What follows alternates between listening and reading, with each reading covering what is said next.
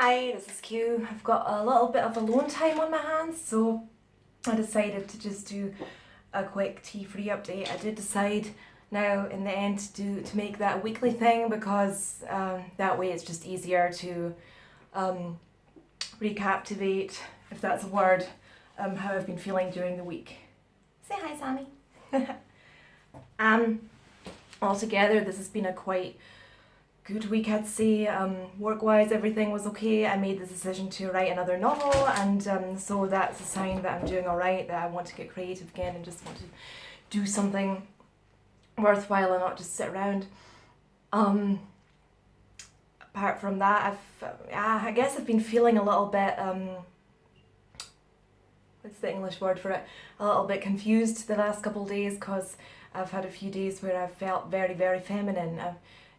Sort of enjoyed looking through some of my girlier clothes and wearing them, putting a little bit of blush on and stuff. A, because to look a little bit more awake to go to work, and B, because it's just plain and simply pretty to have a wee bit of glitter here and there. And apart from that, I caught myself doing a little bit of research here and there on testosterone shots versus gel, etc. Just out of interest, but at the moment I'm still feeling okay. The biggest part, my biggest worry is always getting misgendered by the people who know me and who I care about, because that always hurts a little bit. And here I've got a little bit of a story to tell, because that's very, very present in my mind at the moment, and I just feel like I need to put that out there to give you something to think about if you're bored and can't sleep. So I had a situation with somebody that I cared about very, very much and loved very, very much. So it was like, I was walking around with this very shirt. This, I can just get up and show you. It reads, "Some infinities are bigger than other infinities." And that's a reference to the movie A Fault in Our Stars, which I enjoy watching very much. Somebody I know didn't want it anymore, so I got it and I really like it. So as you can see, it's a little bit of a sort of more feminine tank top with the slim shoulder parts. I don't know what the word is and everything. And I was told, boys don't wear that.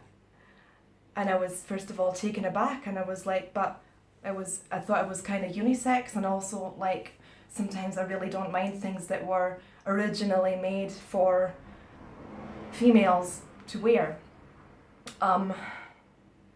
because like back then, before I knew I was trans, non-binary, I would feel very, very comfortable wearing boys' clothes some of the time, and then nobody would say anything. Then it was just like, oh, you're such a tomboy, cool, you look so comfy. But vice versa, it's like, you're not allowed to do that. And I felt a little bit upset about that, probably got a little bit too upset. I get upset about things like that very easily, because, well, then we got into a little bit of a discussion about, yeah, that's just the way society thinks. If you're going to wear things like that, then don't be too upset when people misgender you, because if somebody sees you in the street, they might refer to you as ma'am or miss or something like that, or she or her. And I was like, well, the only time I really get upset in public, like when I'm at the supermarket or wherever with people that don't know me, is when I'm giving my very, very best to look masculine and wear my guy's clothes and yeah, stuff like that. Then I tend to be kind of be a little bit of a bad mood. But like when I go out and I like consciously put makeup on or wear a dress or something as someone who is pre-T, then it's kind of my own fault if I get misgendered. Then it is really silly to be angry for being like, then how dare you assume my gender? So, of course. But when I wear something like that and somebody who knows me and who loves me and who knows about my situation is then like, aha, so you're wearing a girl's top, so you are a girl. I'm going to call you she now again, and I'm going to use your birth name. and I'm going to be like, yeah, I am going to be upset because no, you know my situation. You know that I am a boy but have a very, very feminine side and do like very feminine things, and there's nothing wrong with that. And the person said something like, well, we can't change the way society is, that's just the way society thinks. You kind of have to pick one or the other and then stand for that. But I just don't understand that, and nothing is going to change in society if everybody just sits back and says, well, we kind of have to merge with that. I don't know, I'm starting to ramble again, that's kind of my thing, I'm sorry. But another interesting thing about the discussion was, or an interesting point was where the person, where they asked, why does it even bother you to be misgendered? Why does it bother you when people see you as a girl? And that's something I always find very, very hard to explain, and I've been giving it a lot of thought, and I think I managed to describe it relatively well earlier on. I sort of did a sort of gender dysphoria versus gender euphoria thing, because the thing is, I always knew that I always felt kind of weird when I was young, when I was in my early teenage years, and also later on in all of my relationships and friendships. I always felt kind of off, kind of weird, and I couldn't pinpoint what was wrong, no matter how I dressed, no matter how I spoke, no matter what I did. It was always like, I'm not quite right. And I never felt very quite well with myself.